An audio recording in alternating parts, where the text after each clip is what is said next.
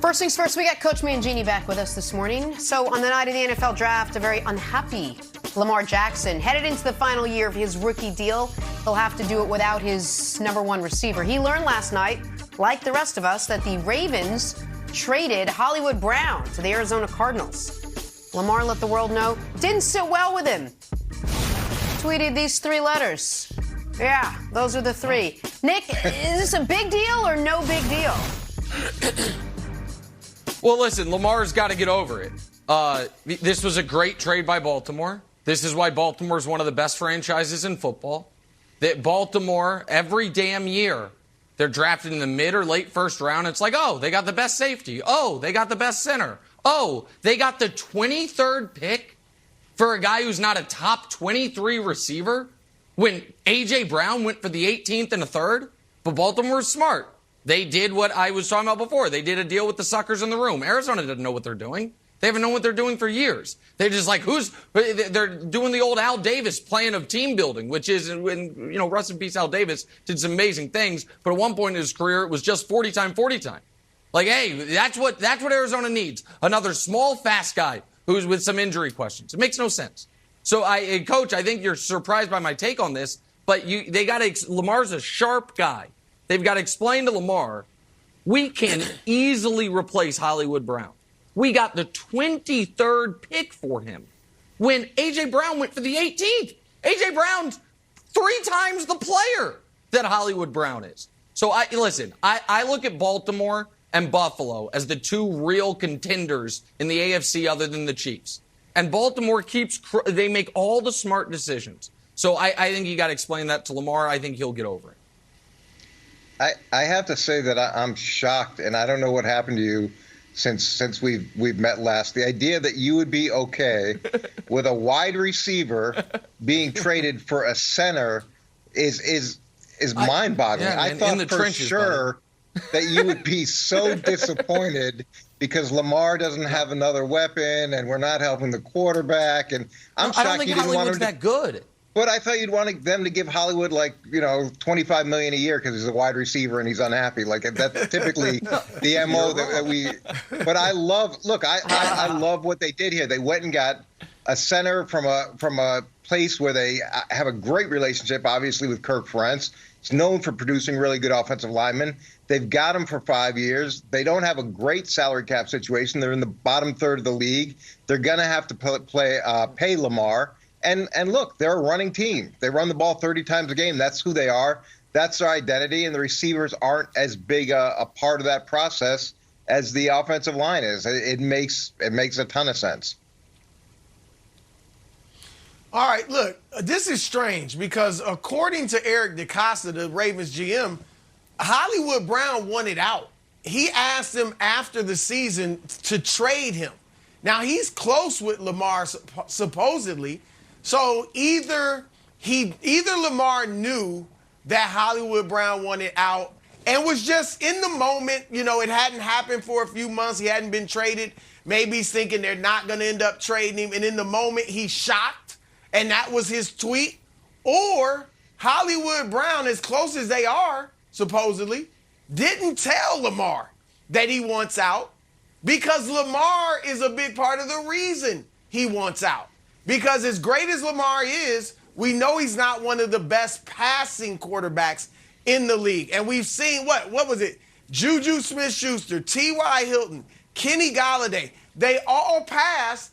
As much as players love and respect Lamar, the receivers don't really want to play with him.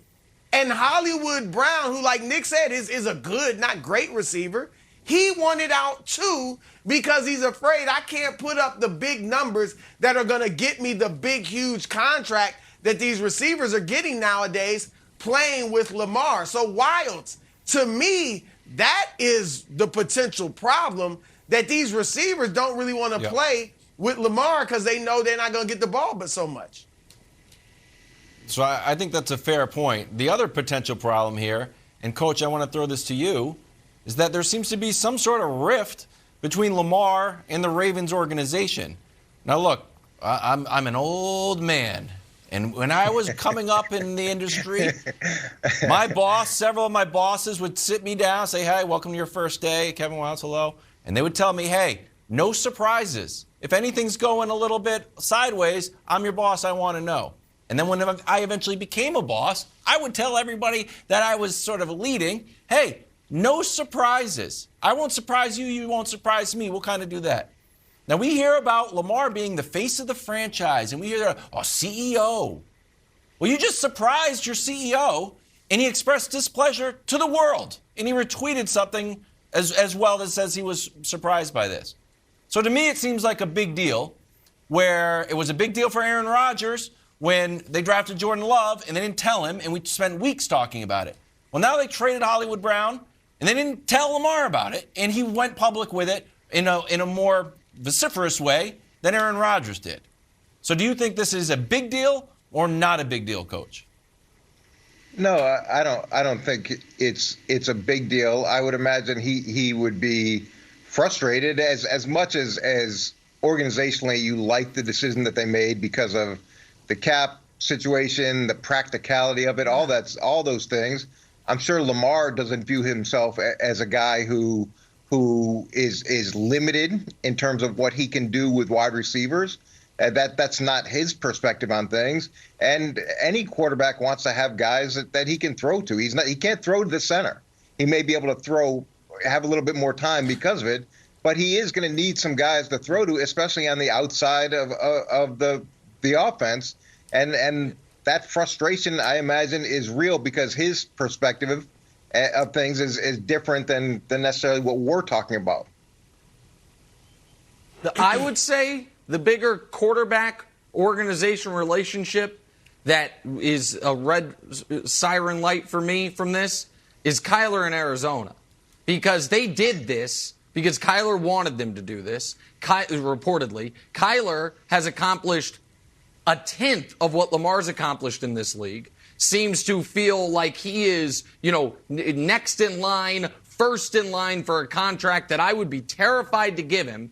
And Arizona, I think one of the reasons Lamar didn't get a heads up was this is the type of deal. I think DaCosta got the phone call. Like, hold on, you're trading us. You want to trade it? The 23rd deal, done. Send it in. Call it in. No take back, no give backs. Like they didn't have a lot of time. They were like, no. Send that card in, boys. They're going to be the 23rd pick for Hollywood. So you learned it with Aaron Rodgers. Makes it's the name of the show. The NFL draft taking place last night. Rams didn't have a pick again, but they still caught our attention. Why? Well, right after the Patriots made Tennessee Chattanooga guard Cole Strange their 29th overall pick. Check out head coach Sean McVay and GM Les Snead's live reaction to Belichick's selection. As an example, you really